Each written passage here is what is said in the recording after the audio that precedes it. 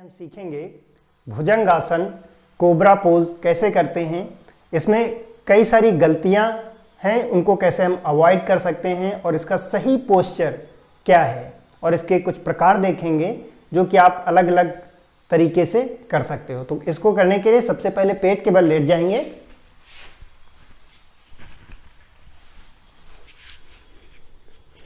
एक दो लंबी गहरी सांसें लेंगे ताकि हमारा शरीर रिलैक्स हो सके। फिर अपने दोनों हाथों को अपने चेस्ट के बगल में रखेंगे। हमारी फिंगर्स ओपन रहेंगी इस तरह से, और इसको चेस्ट के बगल में रखना है। तो पहली यही गलती सुधारना है कि कुछ लोग यहाँ रख लेते हैं या कुछ लोग और बहुत ज़्यादा पीछे रखते हैं, तो वो दोनों ही तरीके सही नहीं है। हम चेस्ट के पास में रखेंगे।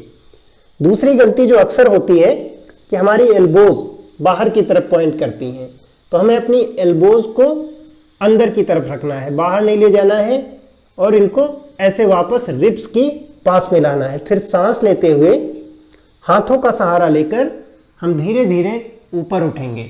तो यहाँ उठते टाइम जो एक तीसरी गलती होती है वो होती है हमारे कंधे ऐसे हो जाते हैं कि कुछ लोग ऐसे सपोर्ट लेने के लिए कंधे ऐसे कर लेते हैं, ये भी सही नहीं। तो कंधे हमारे रिलैक्स रहेंगे इस तरह से, और जितना आसानी से हो सके हम उतना ऊपर उठेंगे और फिर ऊपर की तरफ देखेंगे।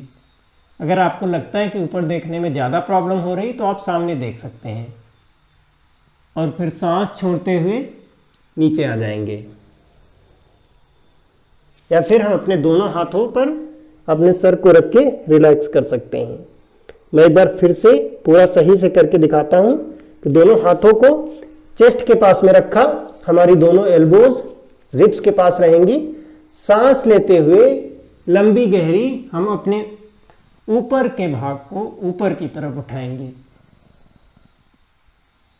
और फिर सांस लेते हुए हम नीचे आ जाएंगे। इसका एक और वेरिएशन है जो आप कर सकते हो, जिसमें अपने बाएं हाथ को नीचे रखेंगे, दाहिना हाथ उसके ऊपर रखेंगे, और फिर सांस लेते हुए हम ऊपर की तरफ उठेंगे, और सांस छोड़ते हुए नीचे आ जाएंगे। जिन लोगों से ये दोनों टाइप आसानी से हो जाते हैं वो अपने शरीर के साथ साथ अपने दोनों हाथों को भी ऊपर उठा सकते हैं। सांस लेते हुए हमने अपर बॉडी पार्ट को ऊपर उठाया, और हमने अपने दोनों हाथों को भी ऊपर उठा लिया, और फिर ऊपर की तरफ देखेंगे जितनी देर तक आसानी से हो सकता है, और फिर सांस छोड़ते हुए नीचे आ जाएंगे, या फिर अपने दोनों हाथों के ऊपर सर को रख के थोड़ी देर रिलैक्स करेंगे।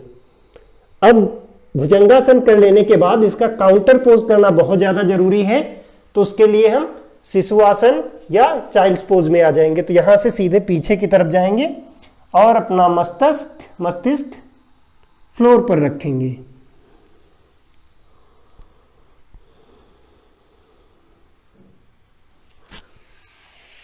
ये उनके लिए बहुत ज़्यादा इफेक्टिव है जिनको स्पाइनल इश्यूज हैं, बैक पेन है, या फिर जो लोग पूरा दिन बैठकर काम करते रहते हैं तो उनको थकान बहुत ज़्यादा आ गई है, या जिनको डाइजेस्टिव प्रॉब्लम्स रहती हैं। जैसे इसका नाम है भुजंगासन। अब भुजंग का क्या मतलब होता है कि सांप कुछ भी खा लेता है और वो डाइजेस्ट कर लेता है, तो ये हमारी डाइजेस्टिव फायर को बढ़ाता है।